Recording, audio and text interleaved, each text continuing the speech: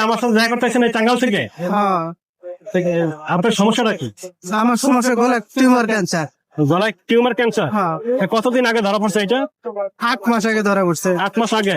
হ্যাঁ, এখন চিকিৎসা যে করাইছেন, চিকিৎসা কি অবস্থা এখন বল? চিকিৎসা করতেছি, কিমোথেরাপি দিতেছি, 6টা দিছি, আরো 4টা লাগবো। জি, তারপর ডাক্তার অপারেশন করবো। প্রত্যেকটা থেরাপিতে 60,000 করে টাকা লাগে।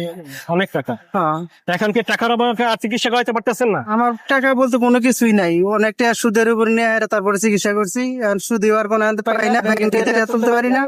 তাহলে আমি সাহায্য সহযোগিতা দিতে চাই।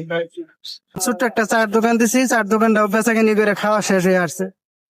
প্রিয় বন্ধুরা, দেখতেই তো পারছেন ওনার থাই ক্যান্সার ধরা পড়ছে আজ থেকে 8-9 মাস আগে। তো এখন চিকিৎসা করাবার মতো কোনো মানে অর্থ নাই। দেখি তো কাগজপত্র গুলো আসলে কেমনে দেখাবে, এগুলো সব পরীক্ষা নিরীক্ষার কাগজপত্র।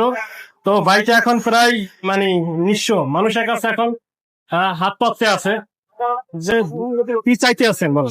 সবার কাছে সাহায্য সহযোগিতা চাই, আর আল্লাহ শুধু আসাই আমার রোগটা যেন আল্লাহ ভালো করে দেয়।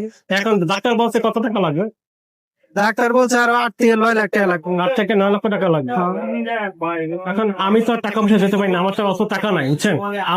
আমরা আপনাদের ভিডিও বানাই দেই, সেখান থেকে দেশ ও দেশের বাইরে যে সকল ভাইরা সাহায্য সহযোগিতা করে বা বিকাশের মাধ্যমে দেওয়া থাকে, ওখান থেকে তারা সাহায্য সহযোগিতা করে থাকে, বুঝতে পারছেন? তো এখন আপনার দেশ ও দেশের বাইরে যারা থাকে প্রবাসী ভাইরা, তাদের কাছে আপনি বলেন কি চান? সবার কাছে সাহায্য সহযোগিতা চাই, আর দোয়া চাই সবার কাছে। আপনার কি বিকাশ নাম্বার আছে? হ্যাঁ, বিকাশ এবং রকেট নাম্বার একটাই। আচ্ছা, নাম্বারটা বলেন একটু। 01715584356। সবাই ভালো থাকবেন, সুস্থ থাকবেন। আজকে আল্লাহ হাফেজ।